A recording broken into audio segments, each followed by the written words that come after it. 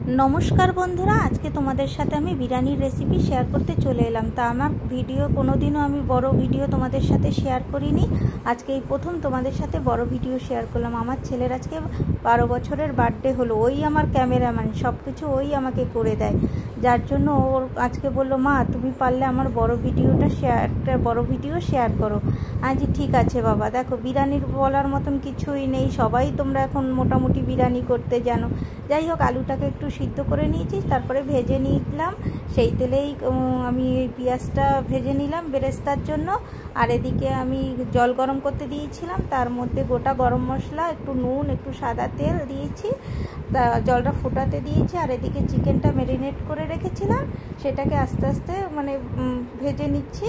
নিয়ে সেটাকে রেখে দিয়ে এবার এদিকে জল ফুটে উঠলো, আমি বিরিয়ানির চালটা দিয়ে দিলাম। দিয়ে দেওয়ার পর দেখো চালটা ফুটে উঠেছে। এবার একটুখানি আমি লেবুর রস দিয়ে দিচ্ছি যাতে ভাতটা ভালো গোটা থাকে, সেই জন্যই। দেওয়ার পরে ভাতের ফ্যান ঝরিয়ে নিয়েছি। আর এদিকে আমার চিকেনটাও তৈরি হয়ে গেছে। এদিকে হাঁড়িটার মধ্যে আমি একটু ঘি মাখিয়ে নিলাম, নিয়ে একে একে ভাত দিয়ে এবারে তার উপরে টুকরো আলু আর ওই কিছুটা চিকেন দিয়ে দিলাম। তারপরে আবার কিছুটা ভাত দিয়ে আমি ওই আবার কিছুটা চিকেন দিয়ে দেবো, চিকেন আর আলু দিয়ে দেবো। দেওয়ার পরে এবারে আবার সেই চিকেন দেওয়া হয়ে যাওয়ার পরে আবার আমি ভাত দিয়ে দেবো। দিয়ে ওই যে পেঁয়াজের বেরেস্তাটা করে রেখেছিলাম ওটা দিয়ে দিলাম।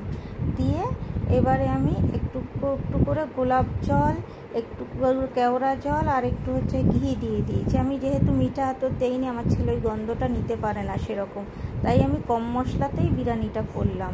আর এদিকে আমি দুধের মধ্যে ফুড কালারটা মিশিয়ে নিয়েছি আর বিরিয়ানি মশলা দিয়ে দিলাম। দিয়ে ওই ফুড কালারটা আমি আস্তে আস্তে করে ঢেলে দিয়ে এবারে আমি হাঁড়িটায় ঢাকা দিয়ে একটা চাটু গরম করে তার উপরে আমি 20 মিনিটের জন্য দমে দিয়ে দিলাম। আর আমি আটা দিয়ে দেইনি, আমার একটা ছোট শিল আছে সেইটা চাপা দিয়ে দিয়েছিলাম, সেটা তোমাদের সাথে শেয়ার করতে পারলাম না। যাই হোক এবার আমি দেখো বিরিয়ানিটা তৈরি হয়ে গেছে আমার। 20 মিনিট পরে ঢাললাম। বিরিয়ানিটা খুব সুন্দর হয়েছে, একটা ভাত আমার ভাঙেনি।